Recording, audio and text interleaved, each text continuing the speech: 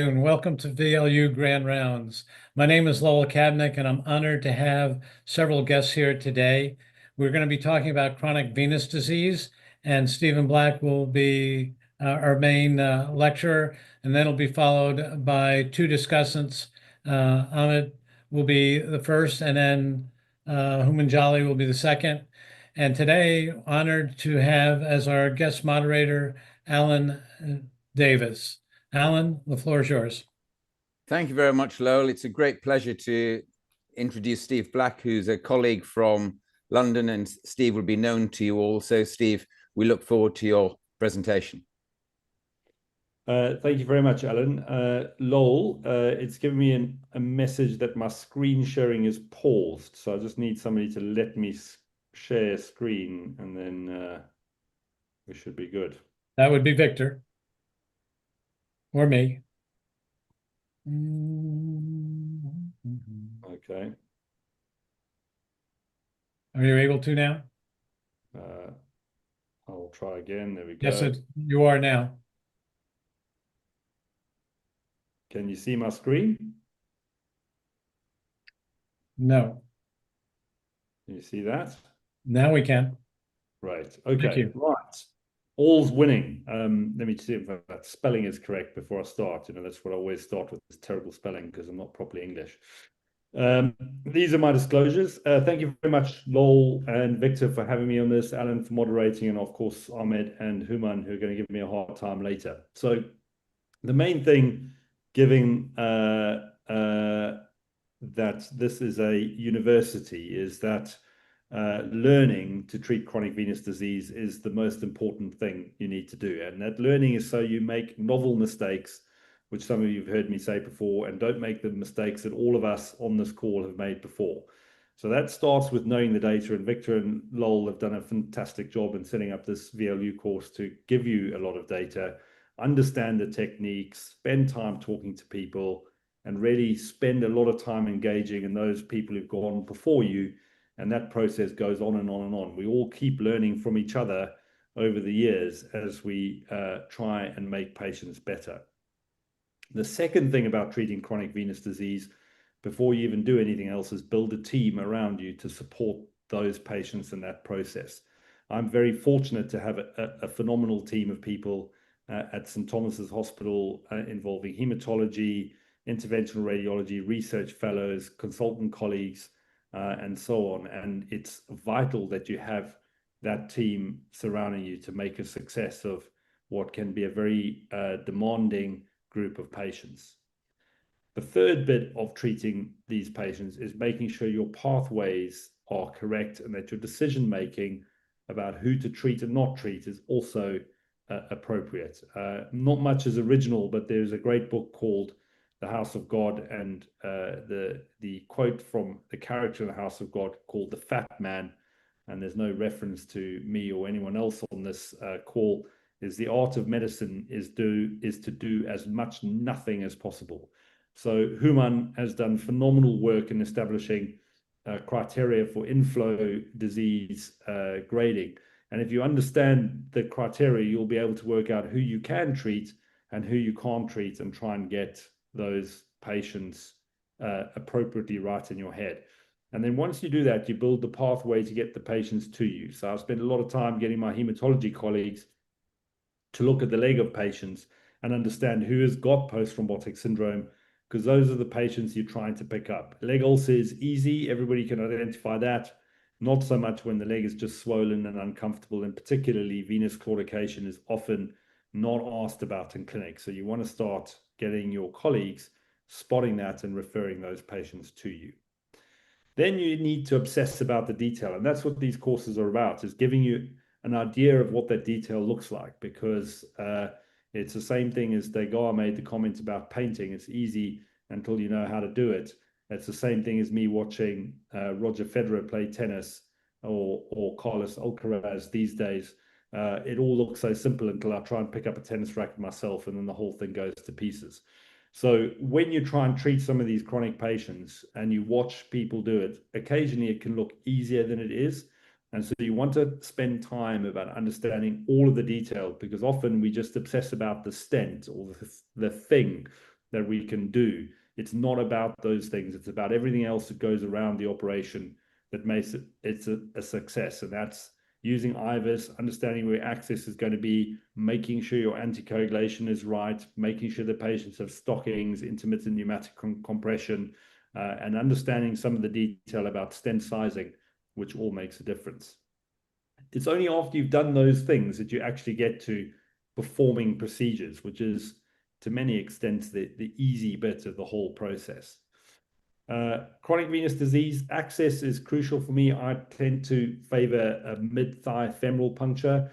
You can see in the picture on the left that I draped the leg so that the whole thigh is exposed.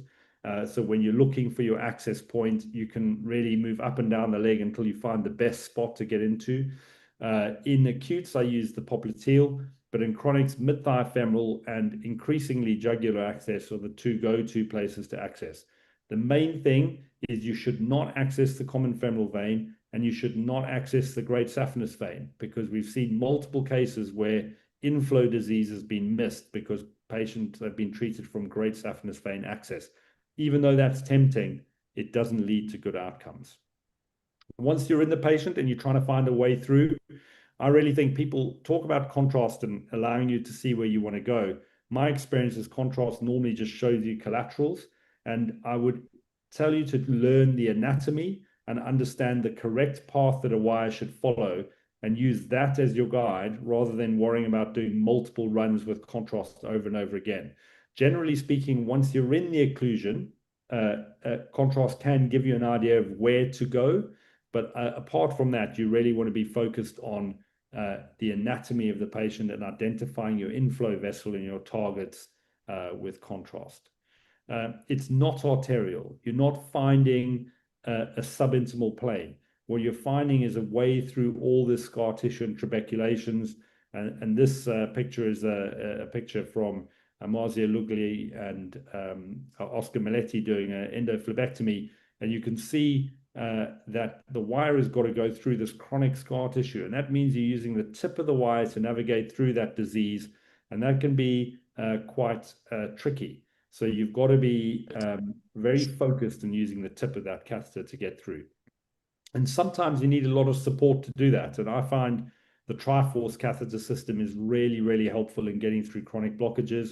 It's a very nice system that allows you to navigate what sometimes is, as you can see in this picture, a very tight transition from a normal dilated external iliac vein into occluded common iliac vein in a patient who had IVC obstruction. And without the support of those sort of catheters, sometimes it can be really difficult to get a wire to advance. So I tend to go very quickly to using a Triforce catheter. When you're crossing, you're aiming for, particularly on the left-hand side, for the spinous processes. Those are very good bony landmarks of where your catheter needs to be. And you can see in the picture on the right, the IVUS catheter is positioned at the tip of the confluence, and that sits just to the left of the spinous process. It's a very reliable landmark of where the top of your stent should be when you're treating left-sided disease, which is the majority of patients. In addition to that, what you want to do is focus on this window in the pelvis, which is where your stent overlap zone wants to be if you have to extend the stent below the ligament, and typically where I want a single stent to land if I'm only having to use a single stent. And what you're aiming for is this sort of appearance when you're done. If you're going to be stenting above the ligament, you're trying to see this very smooth transition from normal vein into the stent. You don't want to see a big diameter change at that point. There is some discussion about the Poisson effect at this stage, but if you have that very smooth transition, that's going to be really helpful. You can see in the right picture, this line is the marker of the IVC. This is the marker of the confluence where you want your stent to be. These two lines mark the overlap zone, which is above the ligament. So we've extended a stent down below the ligaments into the common femoral vein in this case, but the overlap of the two stents is sitting above the inguinal ligament. And we learned really quickly in the early days, particularly with the Vici, that overlap below the ligament is a very bad thing to do, and you want to avoid having stents below the ligament. Obviously, balloon dilation is important. Jerry O'Sullivan taught me to go ugly early, which may be a story for life in his case, but the point here is that you want to go to big balloons and you want to pre-dilate properly once you've crossed the lesion. And actually, it's about pre-dilating both before and after stent placement, because we know that post-dilation of the stents increases the transformation of nitinol from its weakened state to its strong state. So even if you think the stent looks okay, post-dilating nitinol stents improves the strength of the stent in the immediate stage of placing it, which is to do with crystal transformation. The difference with venous as opposed to arterial is good to good. So you want to focus on making sure you stent everything. You can't leave untreated segments. We know that does badly. And this example here of an IVC reconstruction, you can see we've gone from the groin all the way to the hepatic segment of the IVC with stents in the entire segment. And that's what you need if you're going to get good results from these patients. And of course, I've learned over time that you have to obsess about the profunda.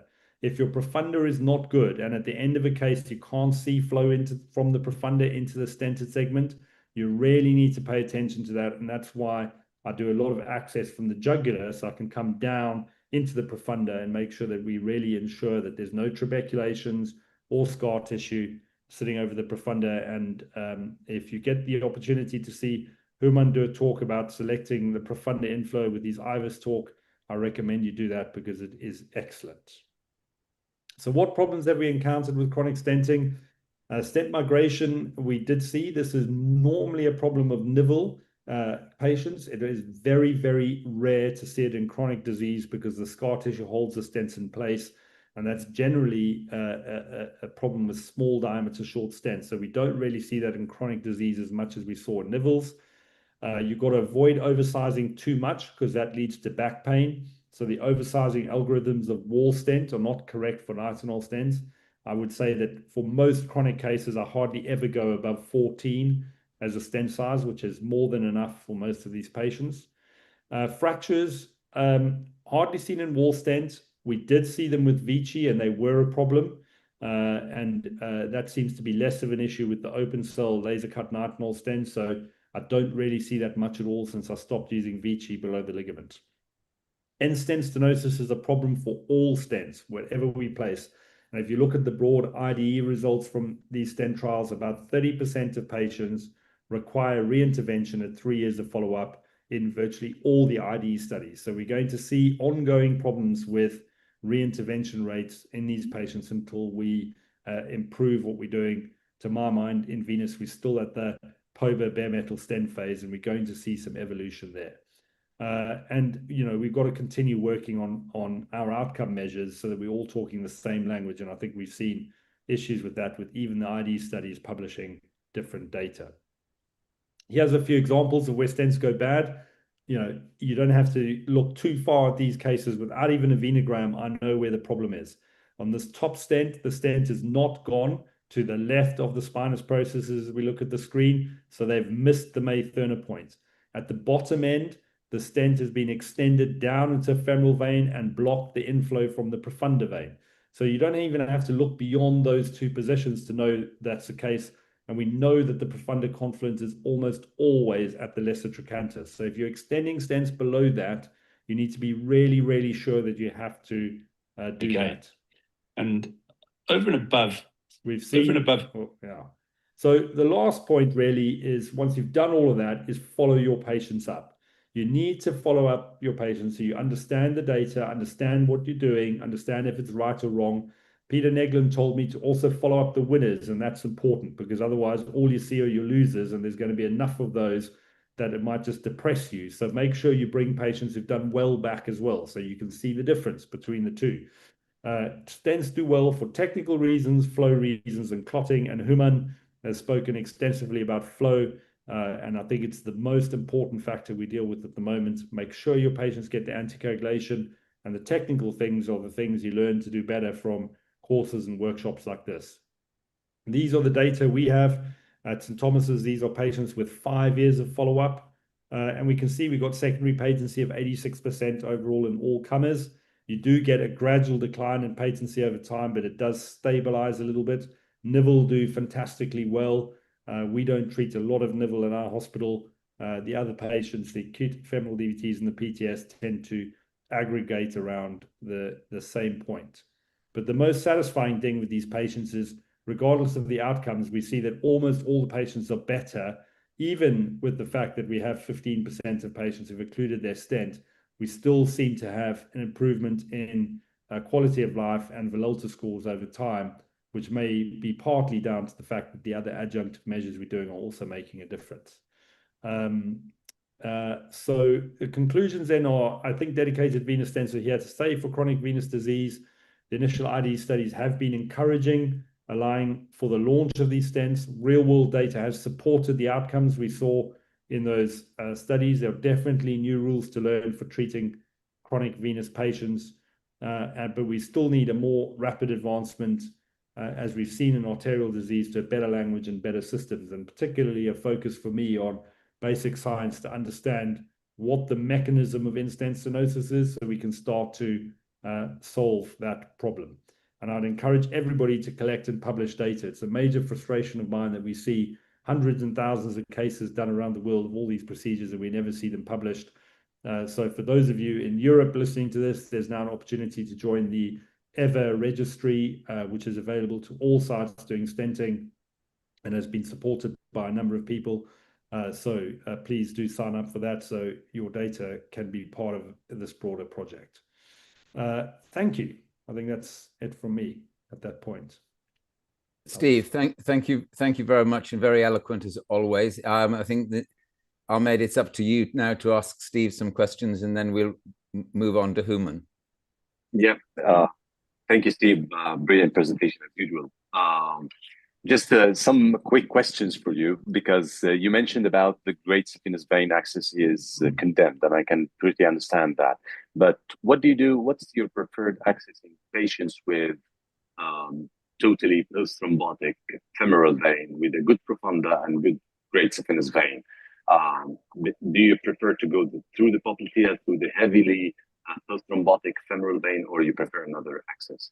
So in those patients, I'd probably come from the jugular. I think the problem is that if you come from the great saphenous vein, where you join the common femoral vein is 1 centimeter or 2 above the confluence with the profunda. So if those patients are as diseased as that, you will not be able to treat that disease if you're coming from the great saphenous. So if you want to start and come up from the great saphenous to recanalize and balloon up the tract above that, you then have to come from the neck to place the stents. So you cannot place the stents from the great saphenous vein, because that will be a disaster. They will go down. And I've seen a number of examples of cases like that where things have gone wrong. So you have got to treat that disease in that segment of vein below the great saphenous vein, common femoral vein confluence. Yeah, excellent. But you go, if you start with the great saphenous vein, you would go through the jugular to finish, yes. not go through the popliteal, for example. Yeah, you don't have, I mean, the jugular is very straightforward to come down from, and I think IR do it a lot. As a vascular surgeon, I probably was reluctant in the beginning to use it, but over time, it's become, I'm much more comfortable with it. Thank you. And another question about endophlebectomy. Nowadays, which patient do you select for endophlebectomy, if any? Yeah, I really try to avoid endophlebectomy, and I think Human's work on that again has been quite instrumental. Maastricht and Mert Dummentap in Istanbul were the 2 biggest exponents of endophlebectomy. And the data that came out of Maastricht's work showed pretty clearly that endophlebectomy didn't confer any long-term patency advantage. So the only patients I'd even consider it in are patients who've got really severe symptoms, mainly leg ulceration, with very heavily diseased femoral vein, profunda vein, that I can't find a landing zone for a stent. But we know that the complication rate is high, and we know that the long-term patency isn't particularly encouraging with endophlebectomy. So I think, to me, those patients are patients to try and avoid treating. If you really think the only option is endophlebectomy, the results are not going to be great. Yeah. So, in those patients, if not any endovascular you can do for them, you would go for conservative measures. You know what? I think that I've had a couple of patients who've had really bad disease with leg ulcer, with everything occluded, and we've healed the ulcer with subalcer foam and good compression. So you don't always have to do something crazy to get ulcers better. So if the main problem for the patient is ulcer, focus on doing some ulcer care treatments of the way that, you know, we've all learned, which is subalcer foam and compression. And I've had some really good results from just doing simple things like that, and then saved the pain of endophlebectomy and reconstruction. So, I think there's a lot of tools we have, and we've got to use all of them in a sensible fashion to get people better. Absolutely agree. Yeah. Ahmed, thanks very much. I think it's probably time to move on to Human's comments. Human. Thank you, Steve. I hope you can hear me, because my cam broke down, so I cannot see myself. Okay. I hope you can see me. Steve, thank you very much, really, for the nice, profound explanation and presentation of recanalization and stenting. Congratulations. One question. I know you have also a very strict follow-up regime, which is mandatory in those patients. Please correct me, 2 weeks, 6 weeks, 3 months, 6 months, and 12 months, and then annually thereafter. If you see your patients, I think in all those visits you do perform a duplex ultrasound. What if you see an in-stent stenosis? How do you change your approach? What would you do? When would you approach or re-intervene? So, with our surveillance program, the idea is that we try and catch the in-stent stenosis before it becomes fibrotic scar tissue, because that's very difficult to deal with at the moment. And we haven't got great tools, although I'm encouraged by the fact that a few companies are now developing products that will help with in-stent stenosis. So ideally, we catch them in 2 weeks, and then I do a balloon venoplasty. My threshold was 50% stenosis in our early practice alone, but now it's 50% plus symptoms. So some patients, for whatever reason, have a 50% stenosis and duplex, and they're absolutely fine. I'm happy to leave those patients and watch them and see what goes on. What you want to do is avoid occlusion, because occlusion is really difficult to deal with, particularly if you miss it. So if it's early occlusion, you can often deal with that with things like penumbra, clot retriever, and so on. But if it's late, it's very hard to get through occluded stents, and then your options are extremely limited in terms of what you can do, because we don't have proper debulking tools just yet. So I hope the Intervene Recana system will show us some light on that front. Jerry O'Sullivan is doing the first in man on that tomorrow, so we'll hear how he gets on. But that's where we need some development. Thank you. So in conclusion, we do the same patient symptoms. So we do not rely on one percentage, 50, 55. So I have patients with 60%, and I reschedule them in an early visit, let us say 2 months thereafter. And if they are still on 60% and asymptomatic, I do not intervene. But if they grow and go up to 70, 80%, I do intervene. Yeah. Another question, Steve, because there are also many participants who would like to learn. Do you think those interventions, acute DVT and chronic venous obstruction, bilateral, cava, unilateral, is something for like a bypass operation or carotid endarterectomy for all vascular surgeons to learn, or it should be centralized? It's an interesting question, that Human. I think that what we saw with other developments in insert vascular, like take FEVAR, BVAR, all those things, is in the beginning, they tend to be better off if you centralize and you build up centers of excellence that can get really good results, because these procedures don't grow if you see bad results. People just stop doing it. And then once you've got a standard of care that is transferable, you start to train up other people to do it. So EVAR, for example, everybody does that now, but in the beginning of EVAR was done in only a few selected centers, but that changed over the years. And I think the trajectory for me is the same. There are too many patients, and what we want in the long run is more and more centers to be doing it. But for now, we want the more complex cases to be done in places with experience, because obviously if we get it wrong and we have no options for a block stent, a patient lives with that for 50 years, and the solutions are not great. Thank you very much. Really nice explanation. I agree with you fully. Thank you. Human, thank you very much. Steve, can I just ask you a quick question? It was just following on from Human's comments. When you've got sort of 50 to 60% degree of in-stent restenosis, do you alter your antithrombotic regime at all, or do you leave it the same? Alan, it's interesting. We've tended to stick with DOACs for the patients unless we re-intervene. But if I do a re-intervention, I always put the patients on antiplatelets, and increasingly, based on the data that's came out of the statin trials, I put them on high-dose statin as well. So we've seen from analysis of statin data that there's a 15% uplift in protection against VT recurrence if you're on a statin in addition to anticoagulation. Plus, there's some plausible biological reasons for the anti-inflammatory role to play a part. So if I'm having to do a re-intervention, I put patients on everything, at least for 3 months after that re-intervention. If I'm doing a first procedure, they're on a DOAC, and then I see. There is debate around that. Nobody's clear on the right answer.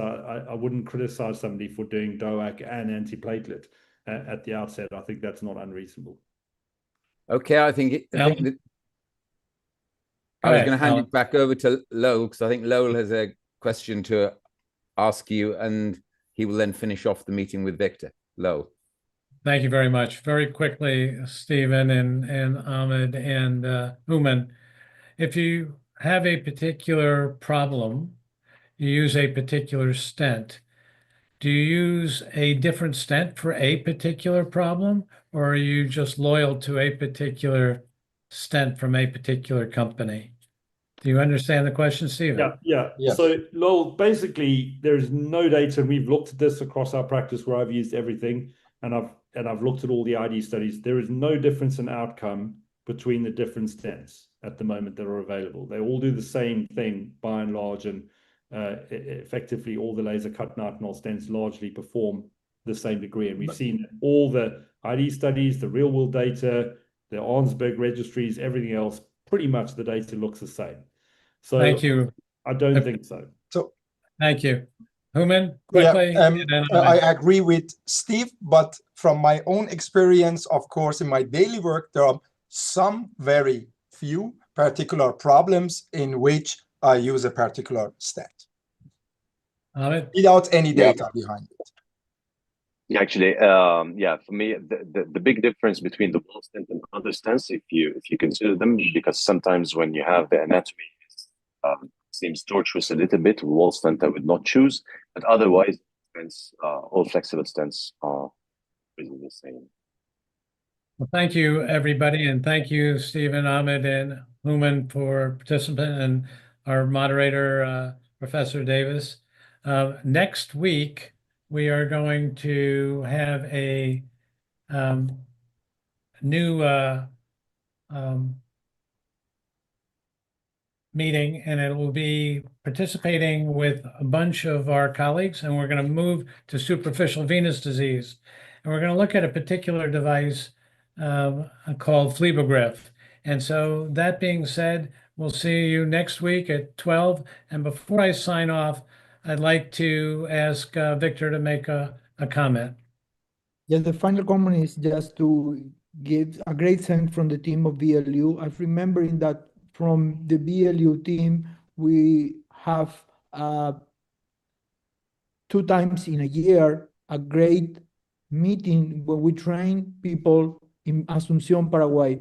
We have already our full package for this September. We have already 5 trainees ready, and we would like to invite to everybody else who just come to next training that will be probably next year also in Paraguay. Thank you very much. We are ready to help you, and I will give you the back to our host, that is Lowell. Thank you. Thank you, everybody. We'll see you next week, 12 o'clock. Bye-bye. Thank you.